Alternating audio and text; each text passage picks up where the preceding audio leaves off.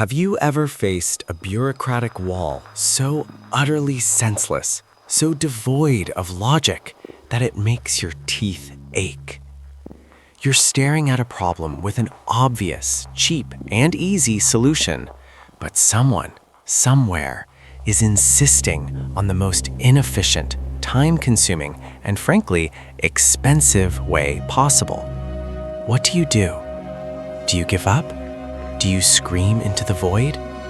Or do you lean into the absurdity, turn it around, and make them pay for their stubbornness, not with a lawsuit, but with something far more satisfying, their own time and money?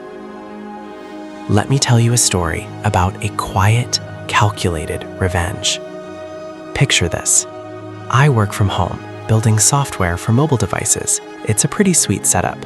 The job requires me to have the physical devices themselves, phones, tablets, you name it, to test everything out. And for the longest time, the process was seamless. I'd put in a request, and a few days later, a package would arrive at my doorstep. Life was good, efficient, productive. Then, one day, the music stopped. An email landed in my inbox, not from some faceless corporate entity, but directly from manager Brenda. Brenda, bless her heart, was a stickler for rules, even when those rules made absolutely no sense. My latest request for a new test device? Denied. Brenda's reasoning was simple, concise, and utterly infuriating.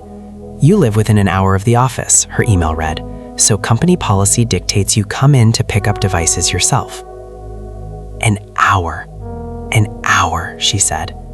Now, if you punch that drive into Google Maps at, say, 2 in the afternoon, or maybe in the dead of night when only insomniacs and convenience store clerks are on the road, yes, it just barely scrapes in under 60 minutes.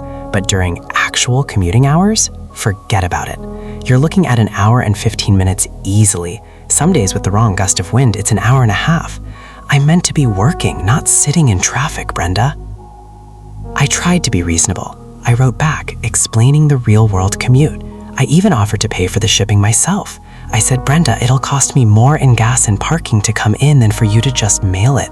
Let me pay. It's cheaper for everyone.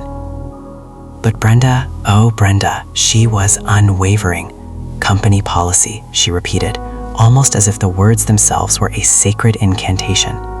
You must come in. That's when it clicked. A slow, mischievous smile spread across my face. If they wanted me to come in, I would come in, but I wouldn't do it on their terms, or at least not efficiently. So here was my new routine. I'd work my morning, take my lunch break, and then at precisely 1 p.m., I'd get in my car. Why 1 p.m.? Because by then, the absolute worst of the morning rush was over, but the afternoon insanity hadn't quite begun, and crucially, it meant my trip would only be just under 2 hours total. Just under 2 hours that I was still on the clock, mind you. I'd make the hour-plus drive there, dash inside the building for literally 5 minutes to grab my device, and then make the hour-plus drive back. Since I was only in the building for a few minutes, I didn't even bother with paid parking. I just leave my car right in front, hop out, grab the package, and leave. 2 hours. Every single time I needed a new device. 2 hours of my company-paid time spent not doing the work they hired me for, not developing software, but simply driving. Being a passenger in my own malicious compliance. Let's do the math, shall we? Conservatively, a remote software developer makes at least $30 an hour. That means for every trip I was forced to make, the company was paying me $60. $60. Gone. Just for me to sit in my car. Think about that. They were forcing me to generate a $60 cost to avoid a $5 shipping label. If I needed a new device just twice a month, that's $120 they were burning. 4 devices a month, that's $240. All because manager Brenda and her rigid interpretation of company policy couldn't apply an ounce of common sense or look up a live traffic report. And then, just as suddenly as the policy began, it ended.